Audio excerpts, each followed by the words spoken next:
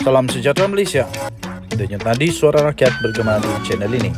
Terima kasih kerana bersama-sama di channel ini untuk mendapatkan berita-berita terkini. Bagi anda yang baru, jangan lupa tekan butang subscribe, like dan share.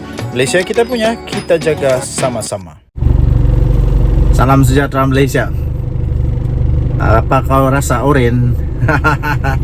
Apa kau rasa oren? Itu orang Sabah punya ayat bila seseorang itu terciduk. Apa kau rasa oren? Itu mungkin yang paling sesuai untuk Sanusi. Bukan main lagi hari itu. Dia kata bila-bila masa ada cukup nombor lah, itulah inilah, macam-macam lah. Mana yang cukup nombornya? Mana yang cukup nombornya Sanusi? Kali ini kamu terciduk habis. Bukan cukup nombor, ini makin kurang. Jadi setelah dia terciduk, dia tampil pula dengan tanpa rasa malu pun. Tanpa rasa malu pun, tenang saja dia kata, ahli parlimen bersatu, ahli sokongan kerana tiada peruntukan, kata Sanusi. Dan setelah saya membaca artikel ini ataupun berita ini, ada sesuatu nada sana juga yang mungkin itu satu peringatan tegas kepada bersatu, supaya jagalah orang-orang kamu, jangan sampai lompat lagi. Bukan lompat ini, jangan sampai beralih sokongan lagi.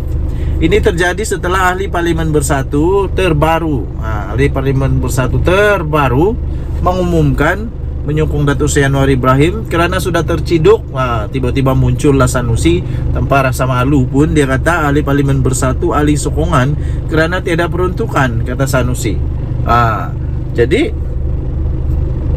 kalau nak dapat peruntukan sebenarnya seperti yang kata Datuk Seri Anwar Ibrahim, hanya perlu berbincang dengan Timbalan Perdana Menteri Fadilah Yusof kalau saya tidak silap, untuk membincangkan, merundingkan tentang peruntukan. Tapi tak ada buat pun.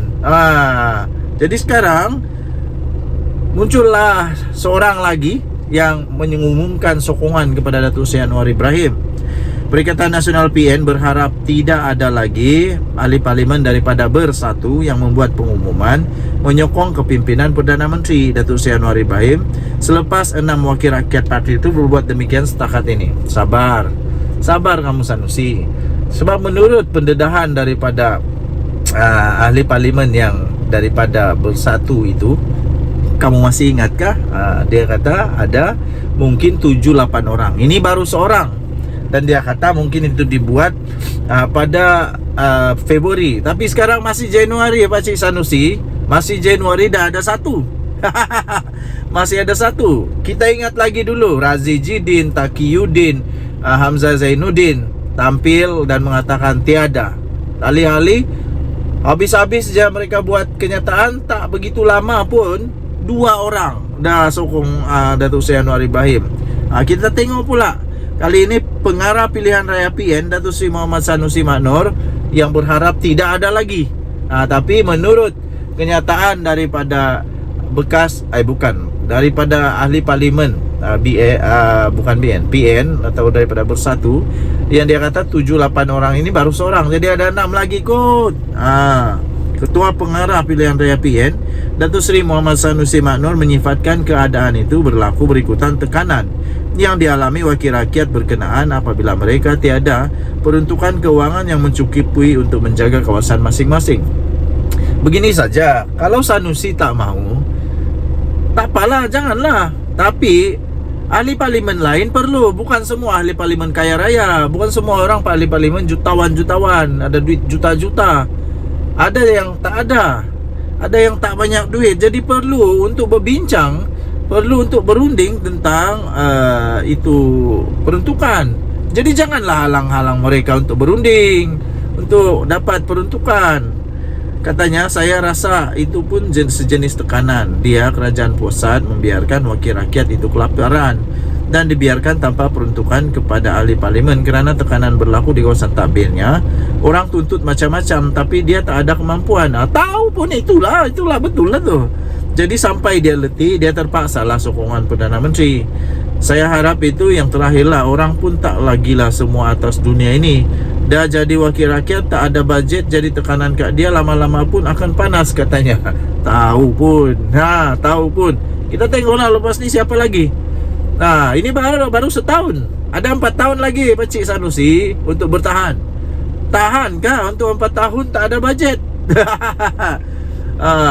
Parlimen yang lain dah maju, parlimen yang lain tak pandai baju-baju sebab harap duit poket sendiri. Nanti ada pula MP yang ada pula MP yang tiba-tiba merungut kata, mengadu kata terpaksa duit sendiri untuk pergi bagi sedekah dan untuk orang mati dan sebagainya. Sedekah tu memang pakai duit sendiri, bukan pakai duit orang. Beliau berkata demikian ketika ditemui selepas merasmikan Pesta Buku Pokok Sena 2024 di Dewan Serbaguna. Okey, jadi untuk mendapatkan berita lengkap tentang perkara ini, anda boleh layari di Sinar Harian atau DBH Online, dbhonline.com.my. Tajuk dia Ahli Parlimen Bersatu, Ahli Sokongan Kerana Tiada Peruntukan, kata Sanusi. Dan jadi suara rakyat bergema di channel ini. Jangan lupa tekan butang subscribe, like dan share. Malaysia kita punya, cinta Malaysia aku. Kita jaga kita, bye-bye.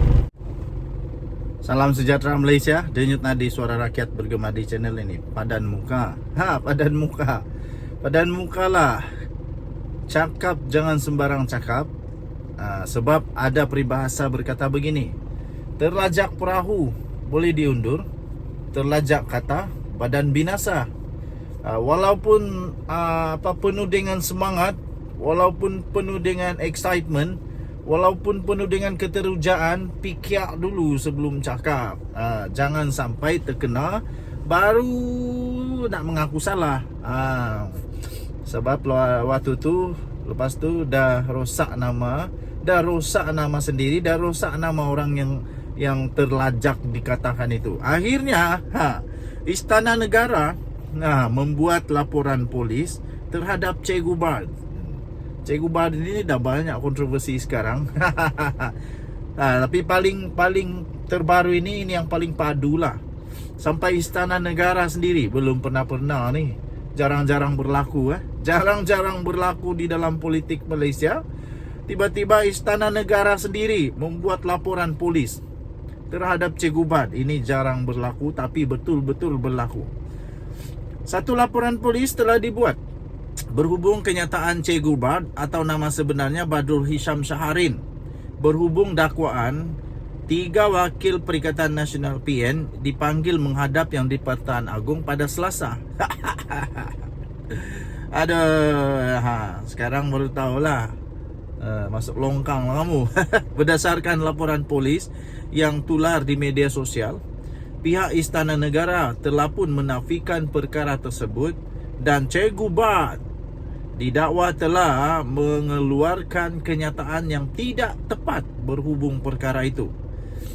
Laporan tersebut turut memberitahu kenyataan yang telah dibuat oleh Cikgu Bard itu disedari menerusi video yang berdurasi 52 saat yang telah tular di aplikasi TikTok pada 22 Januari jam lebih kurang 6 petang di Pejabat Datuk Pengelola Bijaya Diraja Istana Negara di Kuala Lumpur. Nah, tuan-tuan dan puan yang dihormati sekalian, mungkin Cikgu Bard dah lupa sekarang yang ada TikTok, ada Instagram, ada X, ada macam-macam lagi platform yang sekarang kita cakap 20 saat kemudian seluruh dunia dah tahu. Jadi mungkin juga dia ingat Istana Negara tak tengok kot. Jadi sekarang Istana Negara sendiri tengok dan membuat laporan polis. Sehubungan itu, satu laporan polis telah dibuat di Balai Polis Travers di Kuala Lumpur pada Isnin jam 8.35 malam. Saya selaku wakil daripada pihak istana menafikan dakwaan lelaki tersebut, kata wakil daripada Istana Negara itu.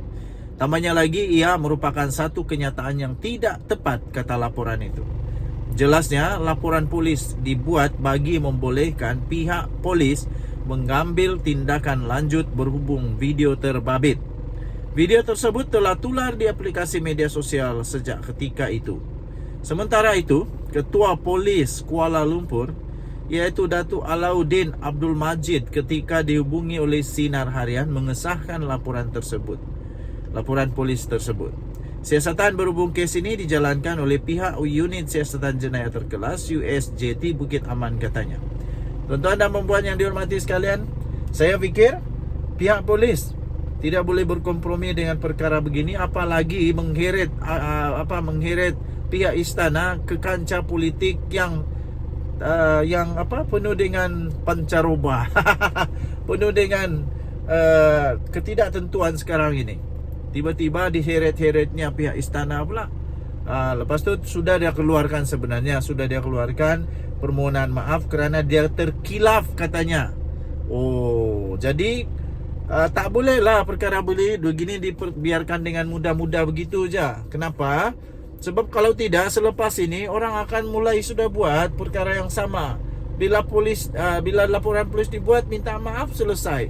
Bila polis dibuat, minta maaf, selesai. Mengaku terkilaf, selesai. Oh, nanti semua orang buat macam begitu. Tak boleh lah. Jadi perlu untuk diperhatikan dan diambil tindakan segera. Mesti ada tindakan juga, supaya selepas ini orang tak suka-suka buat kenyataan yang membabitkan pihak istana negara pula tu dengan suka-suka.